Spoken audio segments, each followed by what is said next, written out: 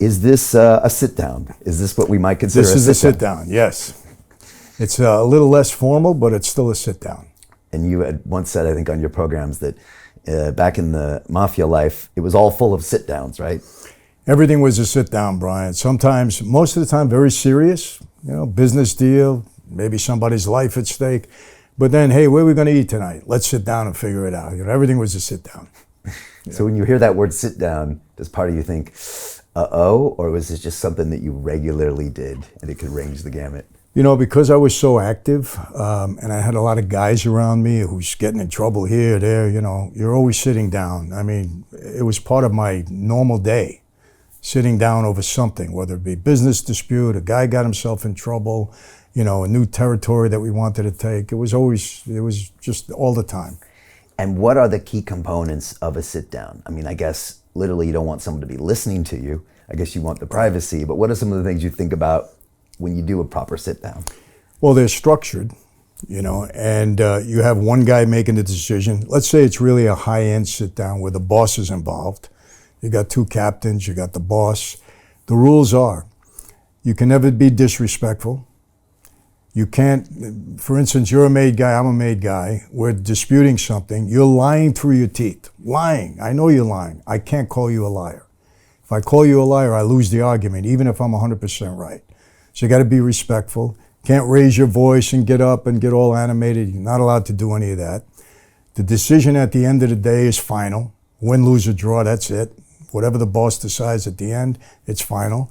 And you go on with your life. So, they could be very serious too, Brian, trust me. And the thing is, the old timers were very cagey.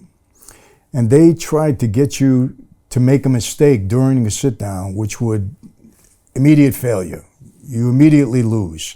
So you had to be very adept coming in. You had to know who your opponent was. You had to understand their mentality. You couldn't let them lure you into making a mistake where the boss would have said, hey, you don't do that here, you lose.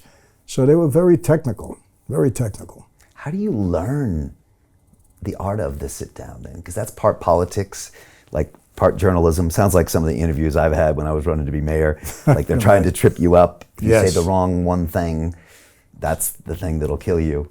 Like how do you learn how to negotiate that? A lot of it is experience. You make mistakes in the beginning, but I was fortunate. I had my dad who schooled me well and, who taught me basically how to conduct myself in these things. And one thing, Brian, the major thing my dad taught me that has worked for me my entire life, and in a serious way, I'll get into it, is be a good listener. Don't run your mouth. Don't be the first to, present you. Just be a good listener. Let the other guy make a mistake. Think, hard. Be prepared going in. And for me, I became a major target of law enforcement. Major target. They never got me on tape saying anything wrong. Never. There was one undercover operation they had me on. They had 83 tape recordings on me. It was this whole thing with Don King and Al Sharpton.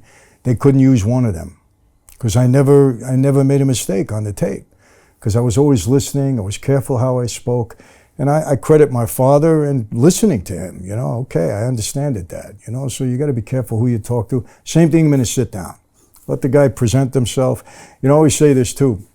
You go into a meeting, sometimes you're the smartest guy in the room, but you don't want anybody to know it. Let them think you're a dummy, you don't know anything. And they're yapping away, right? It's a big advantage. There's other times when you're not the smartest guy in the room, but if you keep your mouth shut, nobody knows that. They don't know it. So you let them talk, commit themselves. By the time they're finished, then you can become the smartest guy in the room because they told you everything, So just different techniques that in the mob life, very important if you're going to climb the ladder and be a success. And really in a legitimate world, same experience I've found. And should you always assume you're being recorded and conduct yourselves accordingly? Yes. Yeah, my dad used to tell me the telephone is a cop. Just look at when you're talking on the phone, you're talking to a cop. You know how it is in life when certain things just stick in your head, little things, but they're so important. So I've always been that way.